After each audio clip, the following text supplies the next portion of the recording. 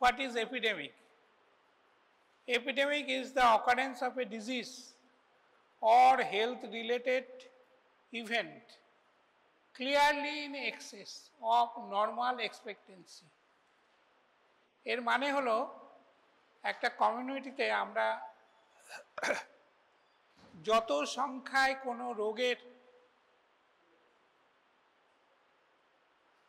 আশা করি, আশা বলবো না, এক্সপেক্ট করি, তার চেয়ে যদি অনেক বেশি হয়ে যায় সেটাকেই বলে এপিডেমিক, বাংলাতে বলে মহামারী।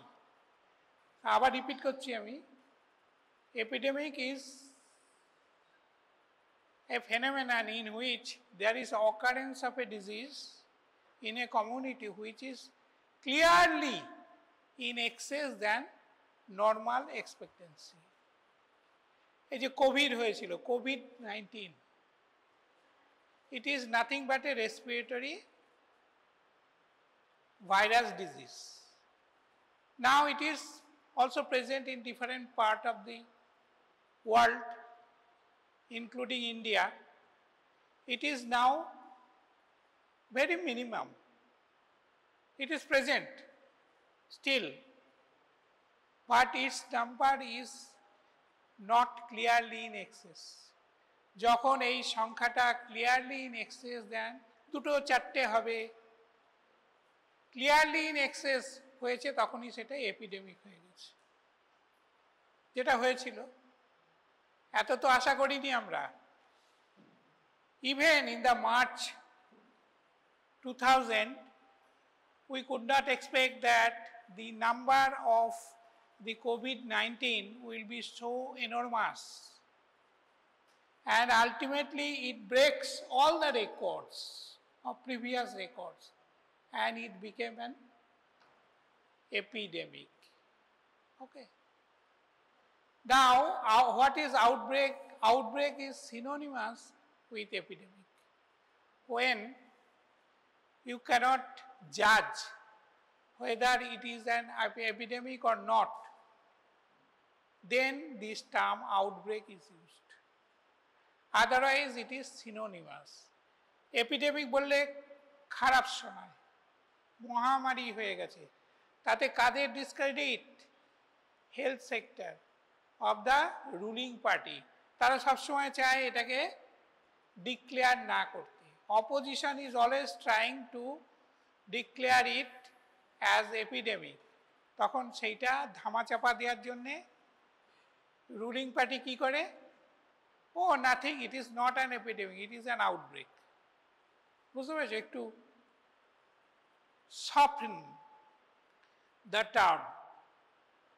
Now what is endemic?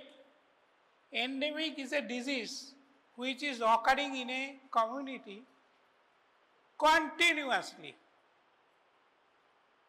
As for example, tuberculosis, influenza, so many diseases, malaria, dengue, filaria, diarrhea, dysentery, food poisoning, so many diseases, helminthic infection, etc. in our country, respiratory diseases. So these are continuously occurring in the community, but they are not, their number is not in such a state that it will be alarming. It is not excess. So this is endemic, difference between endemic and epidemic. When endemic diseases increases in huge number, it is transferred into epidemic. And when this epidemic occurs in different countries and it covers several continents, it becomes pandemic. Okay, so these are the stages. Endemic, when the agent, host and environment is altered, it becomes epidemic, and when epidemic again flourishes, it becomes pandemic. যাকে আনন্দবাজার করেছে অতিমারি, মহামারী থেকে অতিমারি। পড়েছেন নিশ্চয় কাগজে, এই নিয়েই তো কথা হয়েছে 3-4 বছর আগে। Next is, again, there are some cases which are scattered about, not related with each other. These are called sporadic. So, sporadic increases to endemic, endemic increases to epidemic, and in epidemic, when it breaks the geographical territory and is spreading over a large number of countries, even it breaks the barrier of continent, it becomes pandemic. The example is very recent, that is COVID-19. Now, if as a medical officer, our curriculum is controlled by MNC, that is the key. Commission, National Commission. Previously in our time it was MCI, Medical Council of India. It wants that the basic course of graduation in MBBS, the doctor will be a basic doctor. আমাদের কিন্তু উদ্দেশ্য নয় যে এই মুহূর্তে তোমাদের এই gynaecologist বা সার্জন বা ইন্টারনাল মেডিকেল স্পেশালিস্ট বা রেডিওলজিস্ট তৈরি করা। আমাদের উদ্দেশ্য হচ্ছে বেসিক ডক্টর তৈরি করা, who will work in the village, in the country, and will be able to treat the common ailments. তুমি ভাবছো আমি এই হবে, পরে হবে, যখন স্পেশালাইজেশন করবে, যখন সুপার স্পেশালাইজেশন করবে তখন হবে। কিন্তু বেসিক আইডিয়া হচ্ছে, তুমি যদি এখনই ভেবে থাকো আমি তো গাইনোকোলজিস্ট হচ্ছি, এসব পড়ে কি হবে, but this is not the concept. You have to be a basic doctor first. So, it is the duty of a basic doctor to investigate an epidemic. কোনো একটা জায়গায় যদি কলেরা লেগে যায়, ডায়রিয়া হয়ে যায়, ফুড পয়জনিং এপিডেমিক হয়ে যায়, তখন তোমাকে কিন্তু জানতে হবে অ্যাজ এ মেডিকেল অফিসার, বা কোথাও যদি কোভিড হয়, সার্স হয়, করোনা ভাইরাস ডিজিজ হয়, in those situations you have to know how to investigate this epidemic or outbreak as a medical officer. There are different steps. So, we will discuss those steps, because as a medical officer you will be sent by the authority. Even in crisis, এই তো আমাদের Covid যখন হয়েছিল 2020-21 সাংঘাতিক অবস্থা, তখন তো সব অপারেশন বন্ধ ছিল। Everybody was engaged in controlling Covid. জানো কি এটা? সব বন্ধ ছিল, এমনকি ক্লাসগুলো পর্যন্ত বন্ধ ছিল, অনলাইনে ক্লাস হতো, সার্জারি, মেডিসিন, কোনো কিছু তখন আর চিকিৎসাও হতো না। ডাক্তারের চেম্বারে বসতো, সামনে একটা কাঁচের ব্যারিয়ার, দেখেছো তো? This is the thing. আমার এক রিলেটিভের আফটার ম্যারেজ ইনফার্টিলিটি দেখা দিয়েছিল, তো সে যে গাইনিকোলজিস্টের কাছে, অবস্টেটিশিয়ানের কাছে যেত, কলকাতার স্বনামধন্য বাণী কুমার মিত্র, তার কাছে আমি পাঠিয়েছিলাম, আমারই ক্লাসমেট। সে 2 বছর, 1.5 বছর, 2 বছর ওই পেশেন্টটাকে দেখেনি, কোনো পেশেন্টই দেখেনি। এখন that lady conceived and is the proud mother of 2 children, কিন্তু ওর ওই মাঝে 2 বছর কি 1.5 বছর ডাক্তার ওকে দেখেনি, অ্যাটেন্ড করেনি। আগে নিচে আপনি বাঁচলে বাপের নাম, কথাতেই আছে, আগে নিচে বাঁচি, তারপর তো পেশেন্ট থেকে যদি কোভিড ভাইরাস চলে আসে আমি তো মরে যাব। So in epidemic situation everything was postponed. আমার এক স্পেশালিস্ট দুঃখ করে বলছে, জানো কত টাকা আমার লস হলো 2 বছরে। আমি বললাম, বেঁচে যে আছো এইটাই যথেষ্ট। একটা পেশেন্ট দেখতে পারিনি, বাংলাদেশ থেকে এত পেশেন্ট আসে, সব বন্ধ করে দিয়েছে, ঢুকতে দিচ্ছে না। বললাম তুমি যে বেঁচে আছো এখন আবার যে প্র্যাকটিস করছো এটাই অনেক, because the pandemic, that is the epidemic was controlled. So you have to know what are the different steps of controlling a pandemic. First of all, what are the objective of investigation? As a medical officer, first of all you have to determine what the magnitude of the problem. কতটা হয়েছে, what is the magnitude, কতগুলো লোক was affected. Example নাও একটা, COVID-19 কতগুলো লোক, তোমাদের গোটা পাড়াটা, তোমাদের ওয়ার্ডটা, রুরাল হলে তোমাদের ডিস্ট্রিক্টটা, তোমাদের ব্লকটা, whether they are adjacent district, what is the magnitude? Next is to determine the underlying conditions or factor. If you do not know the etiological factor, তুমি কারণ না জানলে চিকিৎসা করবে কি? চিকিৎসা কি? অপোজিট দ্য কজেস, যা হয়েছে তার বিপরীত কাজ করতে হবে। So if you know what is the action behind this occurrence of this disease, you can take action. If you do not know, এইখানে দেখলে তোমাকে নিয়ে আসলে এখানে একটা র্যাশ বেরিয়েছে, তোমাকে জানতে হবে তো র্যাশটা কিসের জন্য হয়েছে। ইনসেক্ট বাইট হলে হয়, মুখের ওপর দিয়ে মশারি টাঙায় না, আরশোলা চলে গেছে, চেটে দিয়েছে, নয়তো কি হয়েছে এক্সান্থামেটাস ডিজিজ হয়েছে, মিজলস হতে পারে, চিকেন পক্স হতে পারে, ড্রাগ র্যাশ হতে পারে। তোমাকে তো আগে কারণটা জানতে হবে।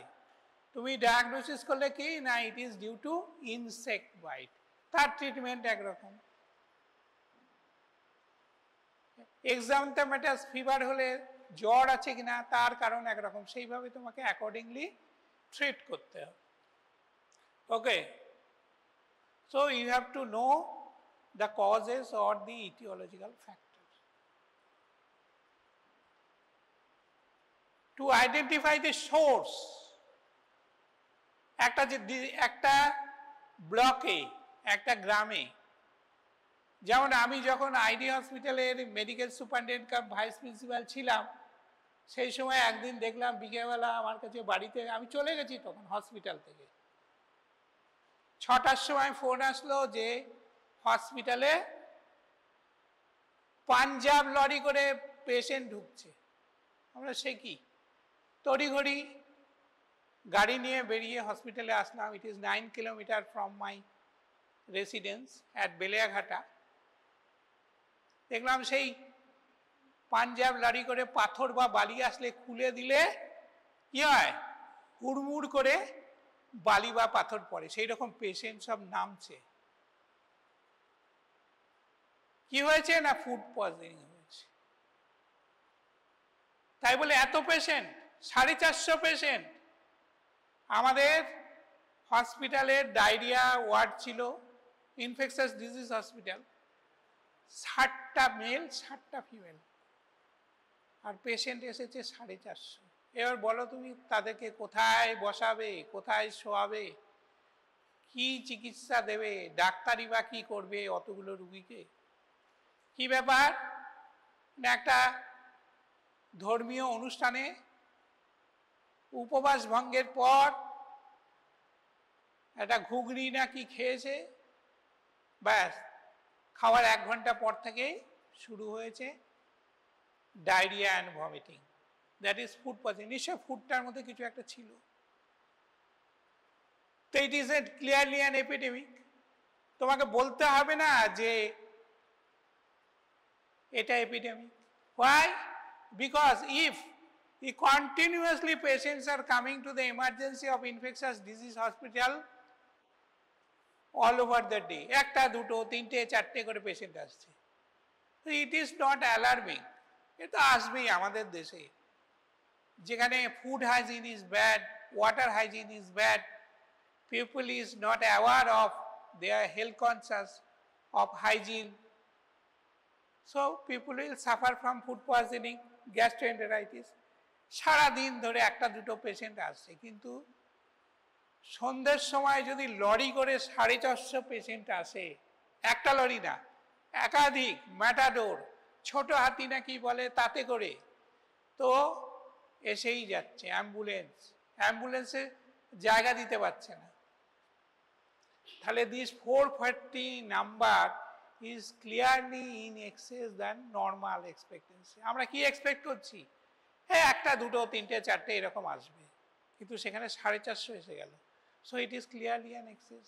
তাহলে আমাদের জানতে হবে what is the source, what is the mode of transmission, কি করে ছড়ালো, what are the factors, what are the agents, কি খেয়ে হলো, সেগুলো আমাদের জানতে হবে। এই জানাগুলোই হচ্ছে ইনভেস্টিগেশন। আর এগুলো আমরা কেন জানবো? For measuring, taking measurement against this disease. এইটাই তো আলটিমেটলি।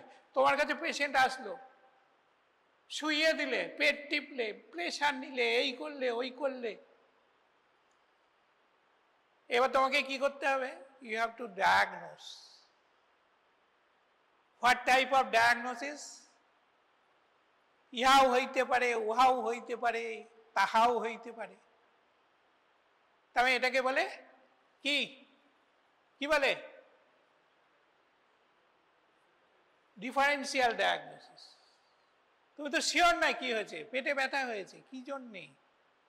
অনেক কিছু হতে পারে, এখানে হতে পারে, এখানে হতে পারে, গ্যাস্ট্রিক হতে পারে, লিভার হতে পারে, স্প্লিন হতে পারে, হার্ট হতে পারে এইখানে। সো তুমি অনেকগুলো লিস্ট লিখলে, সেগুলো তোমাদের করতে হবে। First you have to do the differential diagnosis, এবং সেই ডিফারেন্সিয়াল ডায়াগনোসিসে মেরিট ডিমেরিট জাজ করতে হবে। করে মোস্ট প্রবাবেলটা কি হবে? Provisional diagnosis. তখনই কিন্তু প্রভিশনাল, ডেফিনিট ডায়াগনোসিস নয় কিন্তু। তার মানে তুমি ধরো হসপিটাল আউটডোরে বা চেম্বারে বা তোমার প্রাইভেট ক্লিনিকে পেশেন্টটা দেখেই কিন্তু তোমার মনে এই এই এই এই ডিফারেন্সিয়াল ডায়াগনোসিস এসে গেল after examination of the patient, that is history taking, তারপর ইন্সপেকশন, তারপর ইন্সপেকশনের পরে কি, হ্যাঁ, তারপর অস্কাল, হ্যাঁ, 4টে স্টেজ আছে। তো ওইটা দেখে তুমি ডিফারেন্সিয়াল ডায়াগনোসিস করলে, ডিফারেন্সিয়াল ডায়াগনোসিস থেকে মোস্ট প্রবাবল প্রভিশনাল ডায়াগনোসিস, সেটা লিখলে পিডি। তাহলে এইটুকু করতে গেলে কিন্তু কম্পিউটারের মতো তোমার ব্রেনকে কাজ করতে হবে। খুব অল্প সময়ে তুমি পেশেন্ট বসে আছে, তুমি কি বসে বসে ভাববে আচ্ছা এইটা হতে পারে, ওইটা হতে পারে, আচ্ছা কাঁপুনি দিয়ে জ্বর হয়ে এসেছে পেশেন্ট, ইউরিনারি ট্র্যাক্ট হতে পারে, ম্যালেরিয়া হতে পারে, ডেঙ্গু হতে পারে, অনেক কিছু হতে পারে। তুমি কি বসে বসে ভাববে এটা না ওটা, ওটা না, এইটা তোমাকে নিমেষের মধ্যে ঠিক করে ফেলতে হবে। এইখানে হচ্ছে তোমার এক্সপার্টাইজ। তুমি যে এত বছর ধরে পড়ছো, পেশেন্ট দেখছো, তাহলে তোমার সঙ্গে সঙ্গে, তা আমার বন্ধুরা বলে কি করে তোরা করিস বলতো, এইটা দেখে সঙ্গে সঙ্গে যে এত কিছুর মধ্যে এইটা হতে পারে, আর এত ওষুধের নাম কি করে মনে রাখিস, এইটা হচ্ছে ওদের বিস্ময় লে পিউপিলে। তাহলে এইটা তোমাকে সঙ্গে সঙ্গে প্রভিশনাল ডায়াগনোসিস করতে হবে, এবং তার জন্যে তোমাকে ড্রাগ সিলেক্ট করে লিখে দিতে হবে। এটা কতটুকু সময় লাগবে? 10 মিনিট, 15 মিনিট। ওই যে অনেকে বলে না 8 ঘন্টা ধরে পেশেন্ট দেখে, কি সুন্দর দেখে, এই দেখলো ওই দেখলো সেই দেখলো, লাগে না। যখন একটু সিনিয়র হবে তখন এটা আজ থেকে আমি 10 বছর পরে বলছি, 15 বছর পরে আমাদের মতো যখন ম্যাচিওর হবে, সেই পাস করেছি 79-এ, 46 বছর আগে। তো এই দীর্ঘদিন পরে কিন্তু এই এক্সপার্টাইজটা এসে যাবে, যে নিমেষের মধ্যে সফটওয়্যার তোমার ভেতরকার কাজ করে দেবে। তাহলে তুমি ওষুধটা লিখে দিলে, এইবার তুমি কি করবে, ইনভেস্টিগেশন করবে to support of your definite diagnosis. কারণ তুমি তো এখন ডেফিনিট ডায়াগনোসিস আসতে পারো নি, প্রফেশনাল ডায়াগনোসিস। তাহলে তুমি কি করবে, ল্যাবরেটরি ডায়াগনোসিস করবে, ব্লাড, হেমোগ্রাম, স্টুল, ইউরিন সব কিছু টেস্ট করবে, যেটা যেখানে দরকার, এক্স রে, এখন হয়েছে কি সিটি স্ক্যান, এমআরআই, অনেক কিছু করবে এখন, ইজি, ইসিজি, ইকো, ড্রপলার, এসব করবে দরকার হলে, এবং you will come to a definitive. এই একটা পেশেন্টে বলি, আমার এক আত্মীয় গত বুধবার, না 2 সপ্তাহ আগে, আজকে 23 তারিখ, 14 বাদ দিলে 9 তারিখ, আমি ফিরে গেছি, রাত্রি 9টার সময় ফোন করলো যে এরকম হয়ে গেছে, আর মাঝে মাঝে কিছু আনকনসিয়াস হচ্ছে, আপনি আসুন। যাই হোক, আমি গেলাম, না রকম ওষুধ টষুধ টোটকা ফোটকা বললাম, কাজ করলো না, এরকম করে আছে, হা করে নিঃশ্বাস নিচ্ছে, আর মাঝে মাঝে ইয়ে হয়ে যাচ্ছে। আমি গিয়ে দেখলাম, কী রে বাবা, এ কি এপিলেপসি? না, এপিলেপসি হবে না, এপিলেপসি হলে ওই সব স্প্যাজম হয়, জিভ টিপ কামড়ে যায়, জানো তো, মির্গি বলে একটা রোগ আছে, চামচ ঢুকিয়ে দিতে হয় কাপড় জড়িয়ে মুখে, জানো, নইলে টাং বাইট হয়ে যায়। এটা কমন জিনিস, ডাক্তার হওয়ার দরকার হয় না। এটা তো নয়, তাহলে কি টিটেনাস? স্টিফ হয়ে যাচ্ছে। তারপরে ঘাটটার ভালো করে দেখলাম, দেখে আমি দেখলাম যে ঘাটটা স্টিফ হয়নি, তা টিটেনাসে স্টিফ হয়ে যাবে। কোনো ওষুধ খেয়েছে? বলছে না, কোনো ওষুধ খায়নি। একটা প্রেগাবালিন খেয়েছে, প্রেগাবালিনে এই জিনিস হয় না, এক্সট্রা পিরামিডাল সিনড্রোম হতে পারে, কিন্তু এরম তো হবে না। পালস, বিপি কিছুই পাচ্ছি না, পেশেন্ট একদম বেঁকে এইরকম করে পড়ে আছে, হা করে নিঃশ্বাস নিচ্ছে, আনকনসিয়াস। দুটো গালে মারধর দিলাম, কোনো রেসপন্স নেই। তো যাই হোক, সবচেয়ে মারাত্মক হচ্ছে সুপ্রা অরবিটাল, এখানে প্রেশার দিলে তড়ক করে লাফিয়ে উঠবে, সেটা দিলাম, হলো না। লেডি পেশেন্ট, স্টার্নাল প্রেশার দিলাম, তাহলে ডিপ আনকনসিয়াস ও করছে।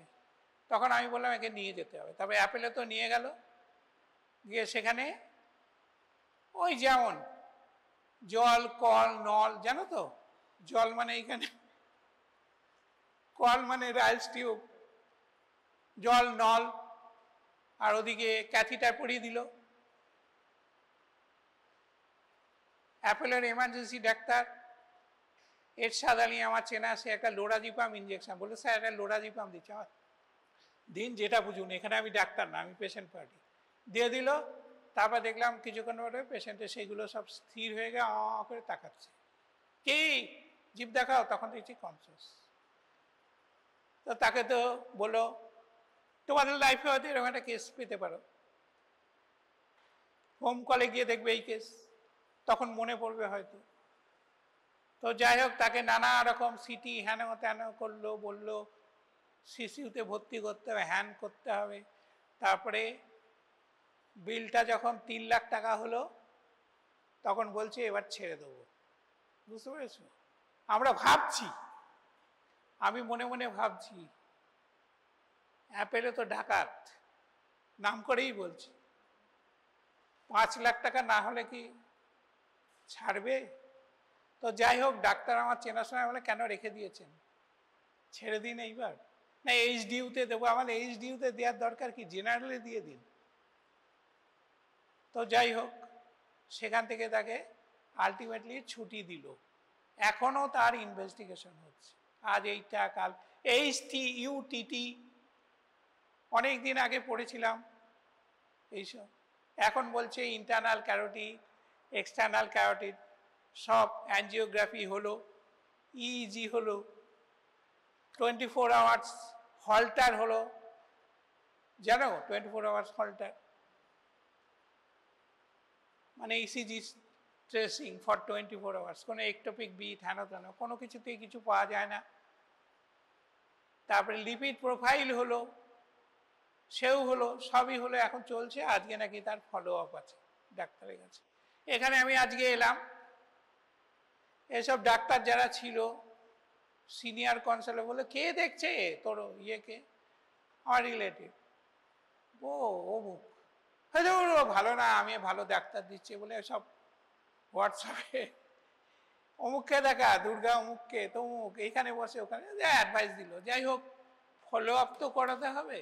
ডাক্তার যখন দেখেছে সেই 9 তারিখ রাত্রির থেকে, এইটা হচ্ছে ঘটনা। তাহলে আমি যেটা বলছিলাম, প্রভিশনাল ডায়াগনোসিস করেছিল ও transient ischaemic attack, stroke, cardiovascular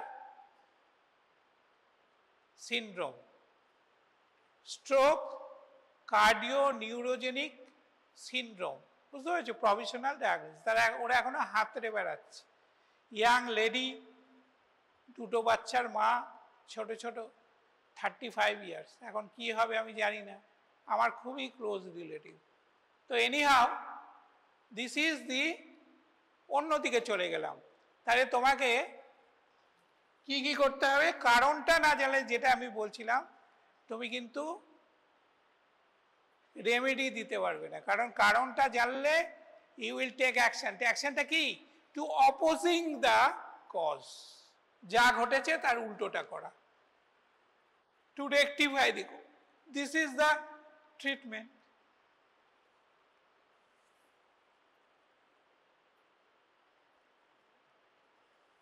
তাহলে what are the different steps?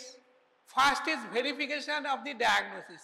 কোনো একটা জায়গাতে অনেকগুলো খাল পরিষ্কার হয়েছে, খালের ধারে ক্যানাল, খাল বললে আবার অনেকে বুঝতে পারবে না। ক্যানাল পরিষ্কার হওয়াতে প্রচুর মশা উঠে এসছে, মশারা ডিস্টার্ব হয়ে সব কামড়েছে, কামড়ে গিয়ে দেখা গেল সব র্যাশ বেরিয়ে গেছে, ঝুপড়িতে থাকে। একটা রিউমার হয়ে গেল কি, যে মিজলস হয়েছে। এই খবরটা যখন আসলো তখন তোমাকে ইনভেস্টিগেট করতে হবে, এটা সত্যিই মিজলস। কোনো জায়গা থেকে খবর আসলো ওখানে চিকেন পক্স হয়েছে, এটা সাংঘাতিক অবস্থা। তখন তোমাকে ইনভেস্টিগেট করতে হবে, কারণ there is some spurious information.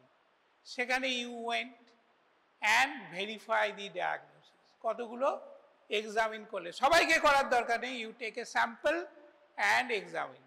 দেখে দেখলে দাঁড়িয়ে না নেয়, চিকেন পক্সও নয়, এ মিজলস নয়, এটা হচ্ছে মশার কামড়। অনেক মিনিমাইজ হয়ে গেল, সিরিয়াস ব্যাপার নয়। কিন্তু মিজলস হলে একটা সিরিয়াস ব্যাপার, তার কমপ্লিকেশনস হবে, বাচ্চা মরে যেতে পারে, তার রিপারকেশন আলাদা। কিন্তু মশা কামড়েছে, তো এইটা আমি দেখেছিলাম। আমি যখন দক্ষিণ 24 পরগনা নিমপিটের মেডিকেল অফিসার একটা মহিলা পেশেন্টকে নিয়ে এসেছিল, এবং তার গায়ে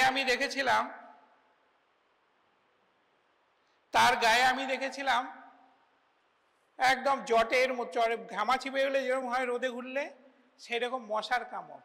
মহিলা, আমি যে পুলিশটা এসেছিল কনস্টেবল, এটা কি কেস? বলে হাজতে ছিল। তা হাজতে থাকলে এরকম হয়? বলে হাজতে প্রচুর মশা, মশারি দেয় না। তোমাদের কারো এবং আমারও এখনো হাজতের এক্সপিরিয়েন্স হয়নি। তাহলে সেই থেকে আমার খুব ভয় হয়ে গেল, ওরে বাবা এমন কিছু করবো না যে আমাকে হাজতে দেয়।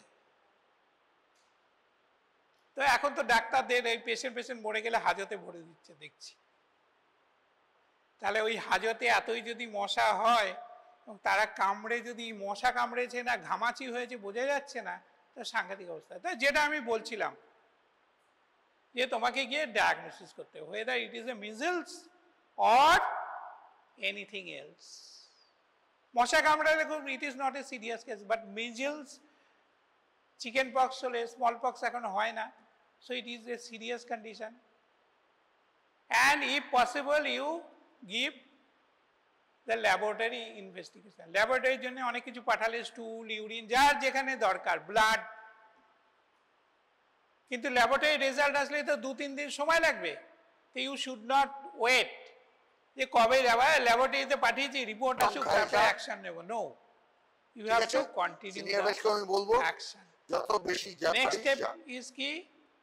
ঠিক আছে, it is the confirmation of diagnosis এর পরের স্টেপ হয় ভেরিফিকেশন অফ এপিডেমিক। হ্যাঁ, এটা এপিডেমিক কি এপিডেমিক নয় 2025 বলে ওয়েবসাইটে যাবি, কারণ তোমার অ্যাকশন অন্যরকম হবে। 2025 কিভাবে ইউ উইল ভেরিফাই? CON ওই যে বললাম ক্লিয়ারলি ইন এক্সেস, গত 2-3 বছরে এখানে 50টা 100টা করে গ্রীষ্মকালে ডায়রিয়া হয়েছে, কিন্তু এবছর দেখা গেল 1000 খানিক হয়েছে, 500 হয়েছে, তাহলে ইট is clearly in access, so it is an epidemic. Okay, but in case of non-communicable disease, it is very difficult to identify whether it is an epidemic or not. So in that case, you have to take the statistical help to standard error of the endemic occurrence limit. পড়েছো কেউ? পড়ানো হয়েছে? Normal curve হয়নি? আরে হ্যাঁ কি না বলবে তো, আমি কি জিজ্ঞেস করছি? হয়েছে? হয়নি? তো তাহলে বুঝতে পারবে না, ওটা ছেড়ে দিলাম। তারপরে স্টেপে তোমাকে কি করতে হবে? Defining the population at risk, কত লোকের মধ্যে হয়েছে। তাই তোমাকে রেট ক্যালকুলেশন করতে হয়। এপিডেমিওলজিতে তোমাকে পড়ানো হয়েছে, তোমাকে rate calculate, death rate, attack rate, এগুলো রেট ক্যালকুলেটর করতে হবে। রেট ক্যালকুলেট করলে কি লাগে? একটা নিউমারেটর, একটা ডিনোমিনেটর, একটা মাল্টিপ্লায়ার। মানে বাংলাতে বলে একটা লব লাগে, একটা হর লাগে, আর একটা গুণক লাগে। যারা বাংলায় পড়েছে তাদেরকে বললাম, জানো তো এই শব্দগুলো পরিচিত? Numerator, denominator and multiplier. To calculate a rate, you have to divide the numerator by a denominator and multiply with a multiplier. তো এটাই হচ্ছে, তাহলে তোমাকে পপুলেশন অ্যাট রিস্ক ক্যালকুলেট করতে হবে। কিভাবে? ইউ হ্যাভ টু প্রিপেয়ার, যে এরিয়াতে হয়েছে, ডায়রিয়াই ধরে এক্সাম্পল, সেখানে তোমাকে স্পট ম্যাপ তৈরি করতে হবে। এবং এই নিয়ে খুব সুন্দর একটা কাজ আছে লন্ডনে, জন স্নো 1851 সালে। At that time the people of London are suffering from cholera, তখন কলেরা নামটাই জানা ছিল। But what is, now we know Vibrio colliery is the positive agent of, খুব ইজি, আরে ও কলেরা, ও তো ভিব্রিও কলেরি করে। কিন্তু at that time it was not known, Vibrio colliery তখনও ডিসকভার করা হয়নি। কে করে কেউ জানে না। ডায়রিয়া, ভমিটিং হচ্ছে, এবং একটা স্টুল হয়, রাইস ওয়াটার স্টুল, চাল ধোয়া জল বলে, পাতলা, তাতে কোনো কিছু স্টুল থাকে না, সমস্ত জল ওই দিক দিয়ে বেরিয়ে গিয়ে ইউরিন বন্ধ হয়ে ডিহাইড্রেশন হয়ে পেশেন্ট মারা যায়। This is cholera. একসময় কোটি কোটি লক্ষ লক্ষ লোক কলেরাতে মারা গেছে, এখন কন্ট্রোল হয়েছে। তা কলেরার নাম কেউ, ভিব্রিও কলেরির নাম কেউ জানতো না। এমনকি এখন আমরা খুব সহজেই জানি যে polluted water, contaminated water or food consume করলে কলেরা হয়, ভিব্রিও কলেরি থাকে, সেটা ঢুকে মাল্টিপ্লাই করে আমাদের ইন্টেস্টাইনের পারমিয়াবিলিটি, মিউকাস মেমব্রেনের বাড়িয়ে দেয়, তার জন্যে আর সমস্ত জল বেরিয়ে চলে যায়, পেরিস্টালটিক মুভমেন্ট বেড়ে যায়, ওই যে অনবরত ডিফিকেশন হতে থাকে। এরকম করে নিয়ে আসছে পেশেন্টকে, তলা দিয়ে কলের জলের মতন স্টুল পড়ছে, আমি নিজে দেখেছি। এরকম করে মাকে ধরে নিয়ে আসছে আর তলা দিয়ে ছ করে,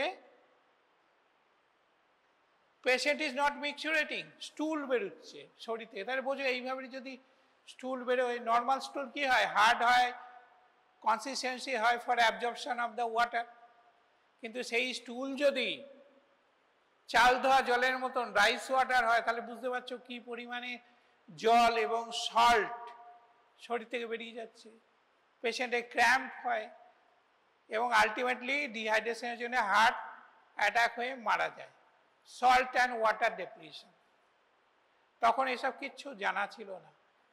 At that time, a young doctor like you, John Snow in London, discovered that contaminated water is responsible for this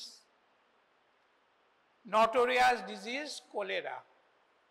Even at that time, people do not know, even scientists, doctors did not know the name of Vibrio cholerae as a causative agent of cholera. John Snow then discovered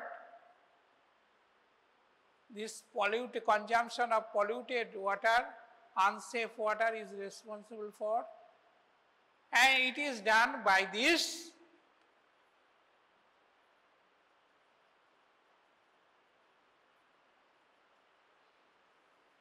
defining the population. Because এটা দেখতে পাবে কিনা যায় না, ক্লাসগুলো এত ছোট। This river Thames,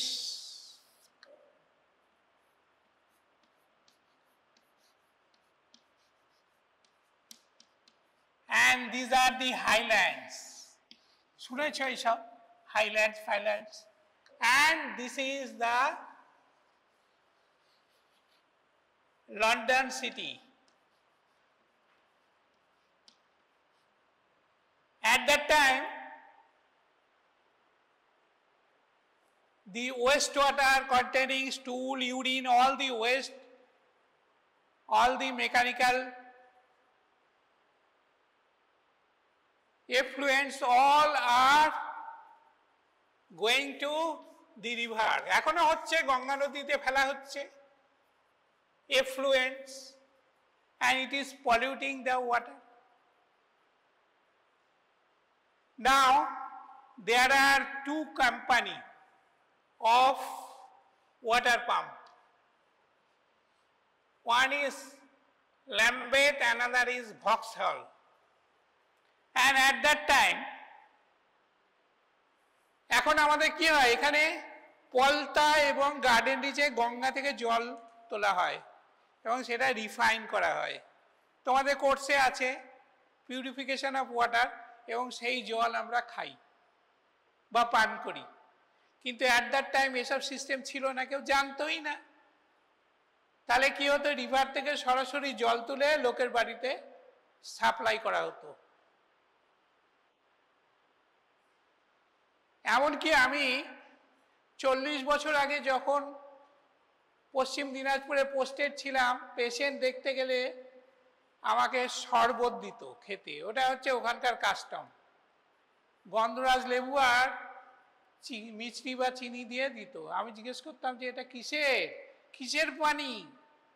তা বলতো এটা ও খুব ভালো মিঠা পানি ডাক্তারবাবু, মিঠা জল, কুয়োর জল। আমি বলতাম না, আমি মিষ্টি জিনিস খাই না। কেন? ওই কুয়োর জল তুলে ওইখানে, দ্যাট ইজ দ্য কাস্টম। ওদেরই বা দোষ কি? এইসব ফ্রেশ ওয়াটার কি পাওয়া যেত? সেফ ওয়াটার পাওয়া যেত না, কুয়োর জল খেত। পুকুরের জল খেতে দেখেছি আমি। একদিকে মোষ, গরু স্নান করছে, অন্যদিকে কাপড় কাচ্ছে, বাসন মাজছে, সেই জলই লোকে কলসি ভরে নিয়ে যাচ্ছে। 40 বছর আগের ঘটনা। In the health centre I have seen. এখন আমরা ইমাজিন করতে পারি না। প্রত্যেক গ্রামেই এখন সেফ বা পোর্টেবল ওয়াটার, পিউরিফাইড ওয়াটার দেওয়া হয়, পাইপ সিস্টেম, অ্যাটলিস্ট টিউবওয়েল। তাহলে তখন লোকের টেমস থেকে পাম্প করে জল নিত। তো এই কোম্পানিটা নিত কি? জল নিত এইখান থেকে, আর এই কোম্পানিটা জল নিত এইখান থেকে। এবার বোঝো কার জল কিরকম হবে। ও জল নিত আপল্যান্ডস ইন থেমস রিভার,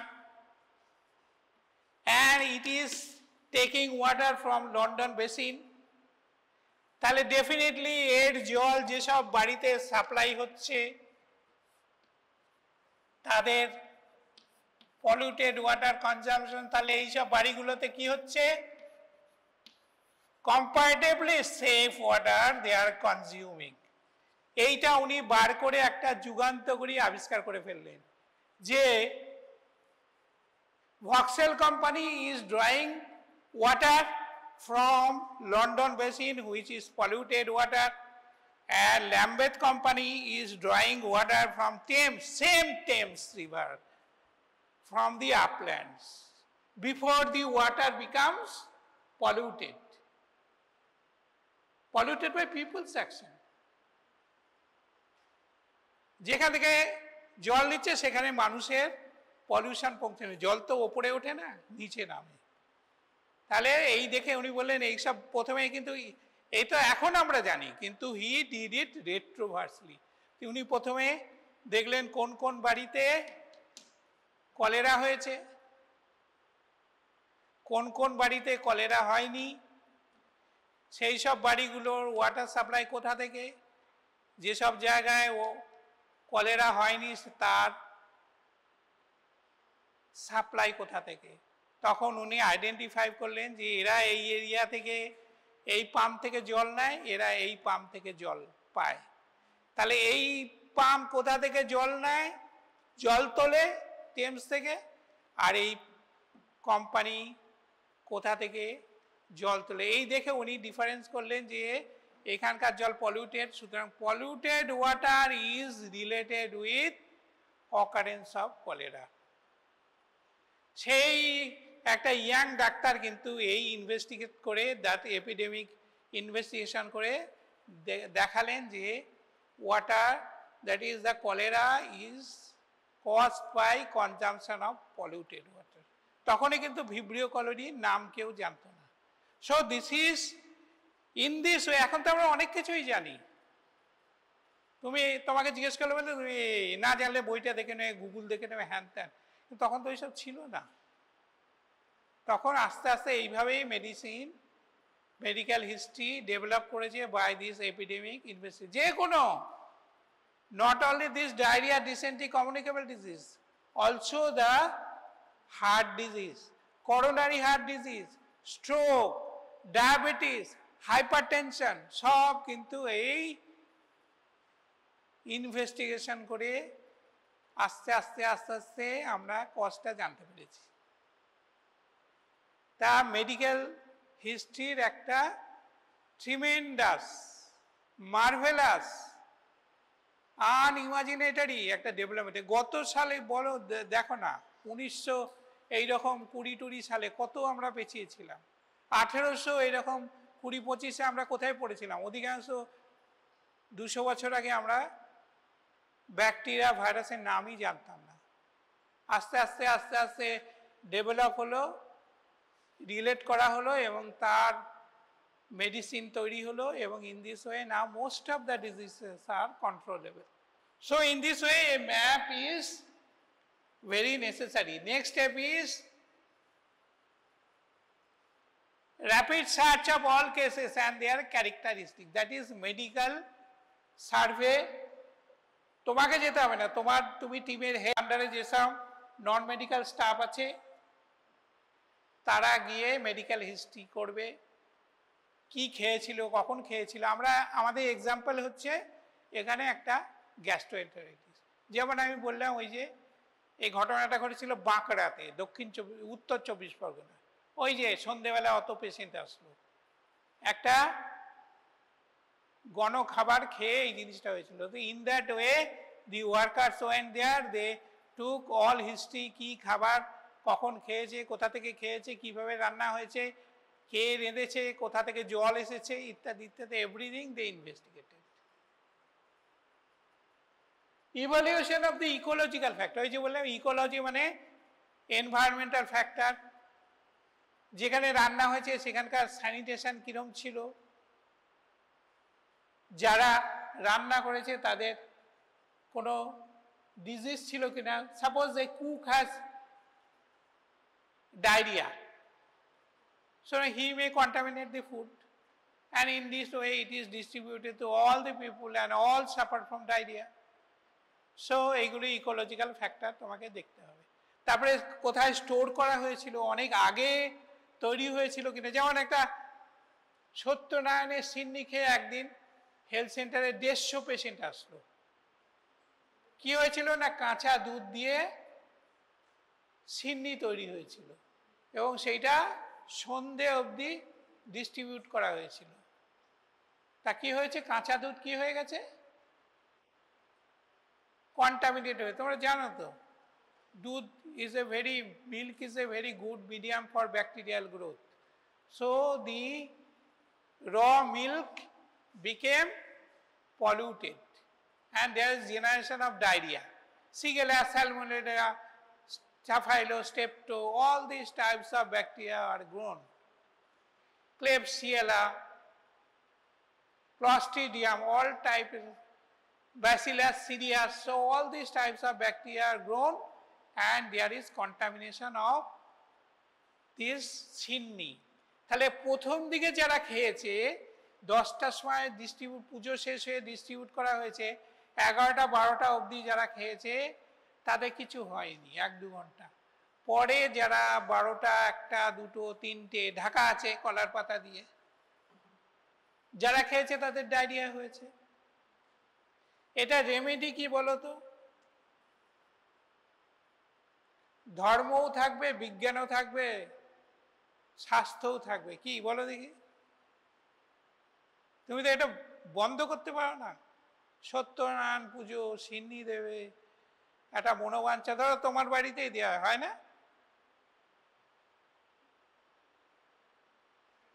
পুজো টুজো হয়, হিন্দু ছেলে তো তুমি, হ্যাঁ, তাহলে পুজো টুজো হয়, নিশ্চয় হয়। তা সত্যনারায়ণ তোমাকে মেডিকেলে চান্স পাবে বলে বা পাস করে গেলে মা একটা মানত করেছে সত্যনারায়ণ দেব, পাড়ার লোকেদের খাওয়াবো, হতে পারে তো, পসিবল। তা এইটা শুনলে তোমার ভয় আছে, তোমার কিছু বন্ধু নেমন্তন্ন করছে পাড়া প্রতিবেশী, বেলার দিকে আসতে পারে, পুজো হচ্ছে 9টা 10টার সময়, কি করবে এটা প্রিভেন্ট করতে? বলো, বন্ধ করে দেবে? করবে না। ধর্ম থাকবে বলছি তো, বিজ্ঞান থাকবে, স্বাস্থ্য থাকবে। তোমাকে কি করতে হবে, একটু অল্টার করতে হবে। পুরুষ মানুষ, পুরোহিতকে সবই হয়তো, আমাদের বাবা মা মারা গেলে, আমার মামা মারা গেলে দেখলাম মামার সব ছেলেদের মধ্যে এক ছেলে ঘুরে বেড়াচ্ছে মাথায় চুল নিয়ে। আমরা কি ব্যাপার, তুমি কামাও টামাওনি? না, দাড়ি গোপ সব কামিয়ে ফেলেছি, আর চুলটা কি হলো? না তো মূল্য ধরে দিয়েছি। পুরোহিতকে মূল্য ধরে দিলেই হয়ে গেল। তা ওটা কামালে না কেন? তখন মামিমা বললেন বিধবা নিস না, ও তো অত বড় অফিসার, ডানলপের কভেনেন্টের অফিসার, ওকে বিরাট বিরাট ইন্টারন্যাশনাল মিটিং করতে হয়, ওই জন্য ন্যাড়া হয়নি, চুলটা রেখে দিয়েছে। আমার খুব ভালো। বাবা মারা গেলে তো একবারই ফেলতে হয় চুল, হিন্দুদের কি যারা মানে। আমি বাবা মা দুজনের সময় মাথা ন্যাড়া হয়েছে। যাই হোক, আমি কাস্টমে বিশ্বাস করি। সুতরাং তুমি তো কাস্টম নষ্ট করতে পারবে না, তাহলে পুরোহিতকে মূল্য ধরে দিয়ে পুরোহিতের কাছে পারমিশন নিতে হবে যে কাঁচা দুধে পুজো হোক, কিন্তু দুধটা একটু ফুটিয়ে নিই, জাল দিয়ে নিই, তারপরে সিন্নি তৈরি করা হোক। তাহলে সেই জাল দেয়া দুধটা 5টা 6টা 7টা অবধি থাকবে, তখন ওইটা খেলে আর ফুড পয়জনিং এর চান্স থাকবে না। তাহলে তোমাকে বিজ্ঞান রাখতে হবে, ধর্ম রাখতে হবে, কাস্টম রাখতে হবে, পুরোহিতকে কিছু দক্ষিণা দিতে হবে। ঠিক আছে? তাহলে in this way we can implement. তারপরে আমাদের বাড়িতে অনেক সত্যনারায়ণ পুজো হয়েছে, কিন্তু ওই জাল দেয়া দুধে করা হয়েছে, কখনো আর কাঁচা দুধে করা হয়নি। আমার স্ত্রী ওই মেডিকেল লাইনেরই লোক, সুতরাং তাকে কনভিন্স করতে অসুবিধা হয়নি। বুঝতে পেরেছ? হয়তো হাউস ওয়াইফ এমনি নন মেডিকেল হলে একটু তর্ক করে বোঝাতে হতো, কিন্তু আমি যেই বললাম আচ্ছা দুধটা ফুটিয়ে নিয়ে, সেও পড়েছে, এইসব ইনভেস্টিগেশন। মানে তিনি, এখন তা সে বলা যায় না, বয়স হয়ে গেছে, তো তিনিও পড়েছেন, সুতরাং কোনো অসুবিধা হয়নি। তাহলে evaluation of the ecological factors বলেছি আমি, water supply, sanitation, everything. Further investigation, data, এবার তোমার ডাটা পেলে ডাটাগুলো অ্যানালিসিস করবে according to time, place and person. এইবার formulation of hypothesis. What is hypothesis? Hypothesis তাহলে তোমাকে একটা রিপোর্ট তৈরি করতে হবে, কি কি কারণ, what is the cause, what is the mode of transmission, what is the causative agent, what is the etiological factor, কারণটা তোমাকে বার করতে হবে। The hypothesis বলছে, hypothesis is not thesis, it is hypo, but it is below thesis, it is less than thesis, it is not confirmed, so it is called hypothesis, প্রকল্প বাংলায়। আর thesis মানে confirm, তাহলে তোমাকে সেটাকে থিসিসে পরিণত করতে হবে। তুমি তো একটা আনুমানিক বিষয়ের উপর অ্যাকশন নিতে পারো না, তাহলে ইউ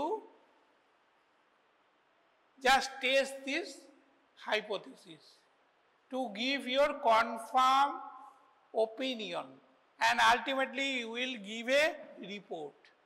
রিপোর্টে তোমার কি বলা থাকবে? What action should be done to control this disease, to treat these affected persons, and also to take action so that in future this type of epidemic will not happen. তার preventive মেজারটা তোমাকে দিতে হবে। আর ভবিষ্যতে যদি না হয়, তাহলে তোমার কাছে একটা patient, coronary heart disease patient আসলো, তাকে তো তুমি বলে দেবে একটা অ্যাটাক হয়ে গেছে, ওষুধ দিলে সব করলে, কিন্তু তাকে কোনো প্রিভেন্টিভ বললে না, এইগুলো করবেন না, তাহলে আবার ভবিষ্যতে আপনার হবে। তুমি বলবে আরে এগুলো বলে কি হবে, তাহলে তার আমার কাছে আসবে না, আমার তো পেশেন্টটা চলে যাবে। তুমি কি বলবে? তাকে প্রিভেন্টিভ মেজারটা বলে দেবে, এই ফ্যাটি ডায়েট খাবেন না, এক্সারসাইজ করবেন, স্মোকিং করবেন না, প্রেশারটাকে যে কন্ট্রোল করার ওষুধ দিলাম সেটা করবেন, তো এইগুলো অ্যাডভাইস দেবে। So here you have to give a preventive measure so that this type of epidemic will not occur in future.